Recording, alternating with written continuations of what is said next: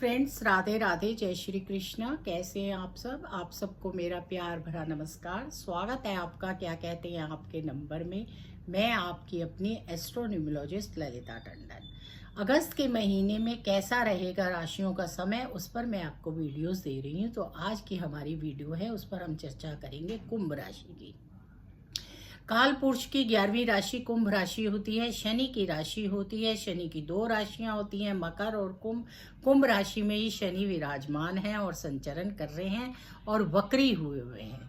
तो चलिए, अगस्त के महीने में आपका कैसा समय रहेगा उस पर हम चर्चा करें। उससे पहले आप सब मेरा YouTube channel astrologer Lalita Tandon like कीजिए, सब्सक्राइब कीजिए और बेल आइकॉन को जरूर दबाइए।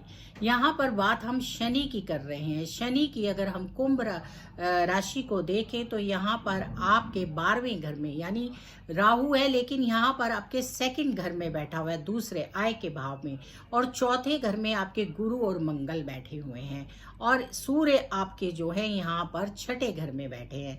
और यहाँ पर वीनस और मरकरी, शुक्र और जो बुध हैं वो आपके सप्तम घर में बैठे हैं। केतु आपके अष्टम घर में बैठे हैं। और अगर दृष्टियों और एस्पेक्ट्स को देखें तो आपका समय जो है वो अच्छा है, कोई इतना बुरा नहीं है। समय पर ये जो है आपको थोड़ा थोड़ा ध्यान देना है बस। तो क्या ध्यान देना है उस पर मैं आपको बता रही हूँ।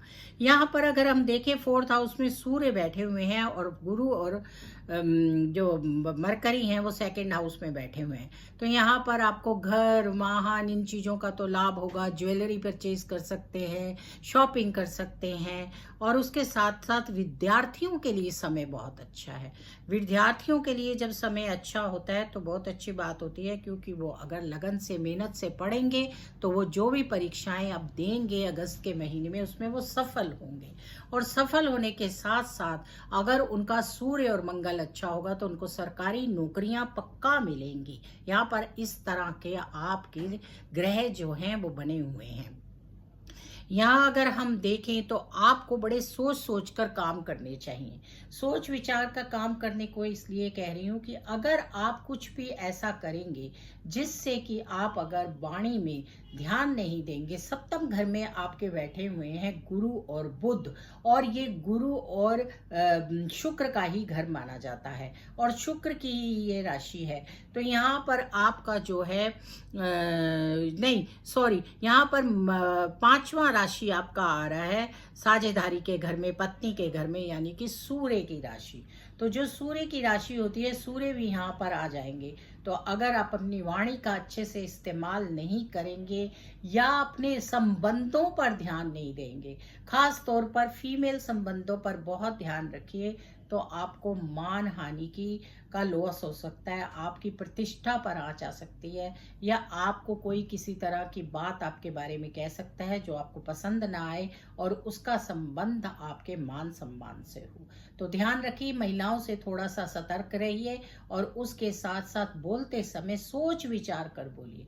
कई बारी लोग कोई बात ऐसे ही कह देते हैं, जैसे अभी आपने पीछे देखा था लोकसभा इलेक्शन में रजत शर्मा जी ने नागरिक नायक को ऐसे ही कोई बात कही, लेकिन इतने प्रतिष्ठित आदमी को भी कोर्ट तक जाना पड़ गया। तो थोड़ा सा सोच समझ कर, ध्यान देकर बातचीत करेंगे और बोलेंगे तो उससे आपको बहुत लाभ होगा।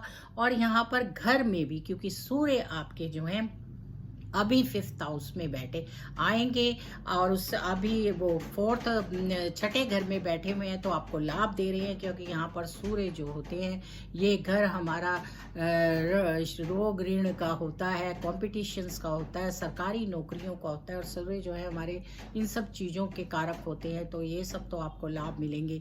पर जब वो अपनी राशि परिवर्तन करके आपके सप्तम घर में आएंगे तो यहाँ पर थोड़े आप इगोइस्टिक है, तो घर परिवार में भी आप ईगो दिखाएंगे, किसी से भी उलझ जाएंगे, तो कलह कलेश होने के थोड़े से चांसेस दिख रहे हैं। अगर आप अपने पर नियंत्रण रखेंगे, अपने स्वभाव पर नियंत्रण रखेंगे, अपने संबंधों पर नियंत्रण रखेंगे, तो इससे आपको लाभ होगा। बाकी धन संपत्ति की आपको कमी नहीं होगी, धन लाभ होगा, प्रमोशंस हो सकती हैं, नौकरियां मिल सकती हैं, आप कोई प्रॉपर्टी भी परचेज कर सकते हैं, अच्छे अच्छे चीज़ों में इन्वेस्टमेंट्स कर सकते हैं, घर के कामों में भी इन्वेस्टमेंट्स कर सकते हैं। कोई रेनोवेशन करा सकते हैं, ये सब काम आप कर सकते हैं और इनसे आपको लाभ भी पहुंचेगा। बच्चों के साथ भी आप अच्छे मधुर संबंध बना के रखिए। यहाँ पर छोटे छोटे उपाय कीजिए, उससे लाभ मिलेगा। सूर्य को जल चढ़ाइए और इसके साथ साथ जितना हो सके उतना पॉजिटिव रहिए। आपको अपनी हेल्थ के लिए वॉक, योगा, मेडिटेशन भी जरूर करना चाहिए, उससे आपके नेचर पर बहुत असर पड़ता है। पीपल पर जल चढ़ाइए और साथ में शंकर भगवान पर आप भी काले तिल डालकर जल चढ़ाइए, उससे लाभ मिलेगा। अपने आप को स्वच्छ रखिए, नीट एंड क्लीन रखिए, आलस मत कीजिए, मेहनत कीजिए। जहाँ भी आप अपनी साफ सफाई का ध्यान नहीं देते, आलसी होते हैं, वहीं पर आपके अच्छे रिजल्ट्स आने कम हो जाते हैं। क्योंकि यहाँ पर नहीं भूलना चाहिए शनि वक्री हैं, और जब शनि वक्री होते हैं तो आउटसाइड पर कुंडली के बाहर की जगहों पे उच्च के रिजल्ट्स देते हैं, और उनके उच्च के रिजल्ट्स को प्राप्त करने के लिए अगस्त में महीने आपको मेहनत भी करनी चाहिए, अपने पर भी ध्यान देना चाहिए, अपने परिवार पर भी ध्यान देना चाहिए, अपने रिश्तों पर भी ध्यान देना चाहिए। तो आपका ये समय बहुत ही अच्छा रहेगा, आय के साधन बढ़ेंगे और बैंक बैलेंस भी बढ़ेगा।